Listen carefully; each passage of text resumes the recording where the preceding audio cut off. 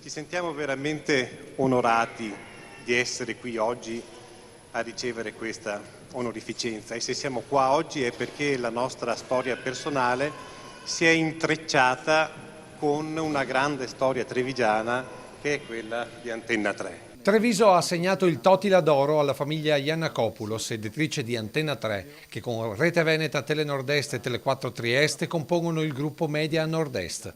La massima onorificenza del capoluogo della Marca conferita oggi dal sindaco nella splendida cornice del complesso di Santa Caterina con questa motivazione. La città di Treviso conferisce il Totila d'Oro quale riconoscimento per gli importanti risultati e il successo ottenuto con coraggio e lungimiranza, operando a servizio dei cittadini come voce della realtà veneta per offrire un panorama informativo qualificato unitamente a programmi di approfondimento, valorizzazione e recupero delle tradizioni locali. Non un premio, ma da oggi un vincolo indelebile tra i trevigiani e la loro televisione, ma anche un segno di riconoscenza verso chi ha dato continuità al servizio di informazione che Antenna 3 garantisce da 40 anni. E proprio questa vicinanza quotidiana alla gente, alle persone, ha fatto sì che Antenna 3 sia così radicata, così importante, così punto di riferimento di una comunità.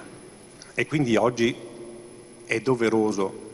Io ho 42 anni e mi trovo adesso a rappresentare un emittente che ha 40 anni di storia, quindi capite bene che io sono soltanto l'ultima staffetta che porta il testimone. 40 anni rivissuti nel corso della cerimonia con volti e immagini d'epoca, fino ad arrivare al quotidiano, garantendo come per il disastro ambientale del Bellunese sempre verità nelle notizie. Abbiamo dovuto far fronte a un ulteriore problema, oltre al vento, la pioggia e i danni, che erano le fake news, e quindi grazie proprio a Antenna 3 abbiamo potuto mettere a tacere tutte quelle false notizie che circolavano, ma soprattutto i cittadini, anche quelli colpiti dal disastro, hanno potuto sapere in tempo reale quali erano i movimenti dei soccorritori e qual era lo stato attuale dei fatti. Un legame tra emittente e territorio che continuerà. A questo punto qual è l'impegno che posso prendere in maniera ufficiale qua davanti a voi oggi,